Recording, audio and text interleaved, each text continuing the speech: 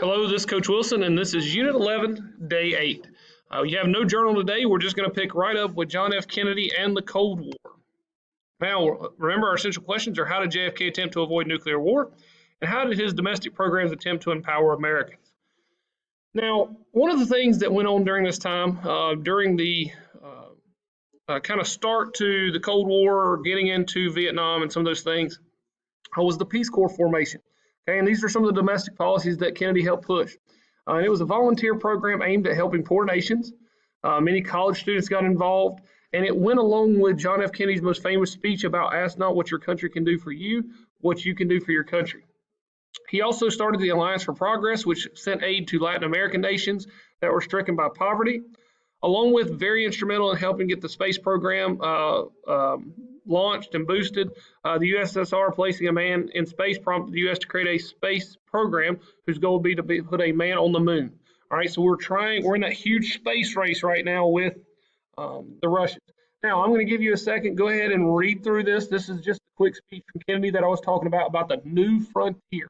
And this was his speech talking about space and how space is going to be a huge influence. Now, the Cuban Revolution, in 1959, Fidel Castro led Cuban nationalists in overthrowing the U.S.-backed dictator of Cuba, Batista.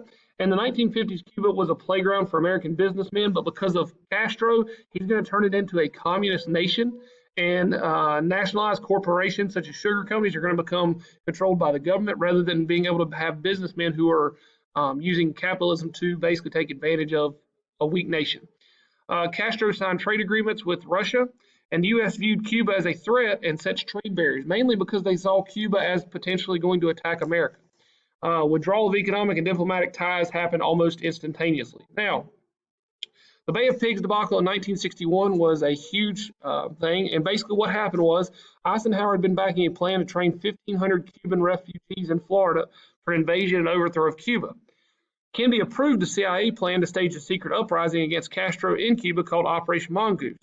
Must look like a Cuban-led revolution against communism. If not, it's going to look like America tried to overthrow communism, which could start an actual war with not only Cuba, but Russia. In what becomes known as the Bay of Pigs debacle, it would be a great failure. They tried to attack in Cuba, and the New York Times broke the story a week before the invasion, and a 3-day fight ended with most of the forces being taken as prisoners. Okay, and the U.S. wouldn't be able to rescue those forces until 8 months later. Huge failure on Kennedy's part, and on part of the fact that the New York Times broke the story is also pretty rough too.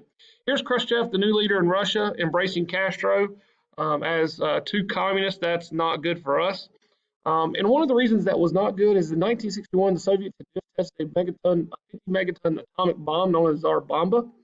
It was 10 times more powerful than all the weapons used by all sides during World War II, and the tensions rise over the possibility of a nuclear war. And if you look at the map there in the far left, you can see what Cuba's launch range would have been had they gotten the missile from Russia and put it in Cuba. It would have been a perfect launching point for Russia. In 1961, Kennedy sat down with Khrushchev in Berlin to discuss, nuclear proliferation, basically getting rid of nukes. And Khrushchev thinks that JFK is young and inexperienced and can be rolled. Unfortunately, Kennedy was actually a pretty good president and kind of knew what he was talking about, but he was one of our youngest presidents in history, and so a lot of times he didn't get the respect he deserved. In 1961, the Berlin Wall went up between East and West Berlin. Checkpoint Charlie was the spot that divided the wall, and the Berlin Wall would divide the city for the next 28 years in Germany. And essentially what you have here is on one side you have Russia afraid that capitalism will spread, and on the other side, and that that'll eventually lead to an invasion of Russia again.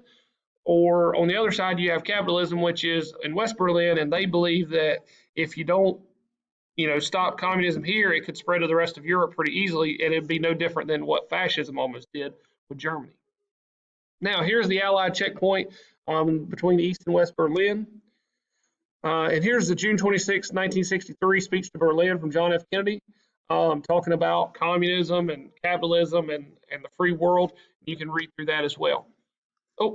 Operation Mongoose. In 2005, we found out that the CIA knew Bay of Pigs would probably be a complete disaster, which ended up kind of leading to this problem in 1961. Kennedy saw it as the CIA trying to blame him for a scheme they knew wouldn't succeed, and he even threatened to destroy the entire CIA. Operation Mongoose, a super secret plan to remove Castro, placed Robert Kennedy, Attorney General, in charge. And some things that they tried to do to actually stop Castro was they tried to make him lose his facial hair, tried to promote the second coming of Christ, exploding seashells, Photoshop, basically anything they could do to get Castro in trouble. They had these kind of just childish plans trying to attack him. Now, in 1962, we have the Cuban Missile Crisis, and this is probably the most important thing that happened during Kennedy's presidency in regards to foreign relations. Castro reached out to the Soviet Union for support against America, and the Soviets knew that the United States had placed nuclear weapons in Turkey. Khrushchev pushed by his generals to send Castro nuclear weapons, and in October of 1962, spy planes confirmed that there were missile sites being built in Cuba. And Kennedy addressed the nation in preparation for what might come, that we might be headed towards a serious war. In 1962, we have the XCOM meeting where they're talking about the various possibility of an attack. A confrontation between American and Soviet troops over the placement of Soviet nuclear weapons in Cuba began, and America issued an ultimatum saying that if the Soviets crossed the blockade line, their ships would be fired on them. Basically, it's the blockade line that we had set the kind of blockade things from getting into Cuba. Ships stopped at the line from Russia as the two countries basically confronted one another, and the crisis was averted with Khrushchev's letter, basically saying that the two conditions would be that the U.S. pulls its missiles out of Turkey and agrees not to attack Castro. Soviets will take their missiles out of Cuba. And so essentially it ends up being, nothing bad happening.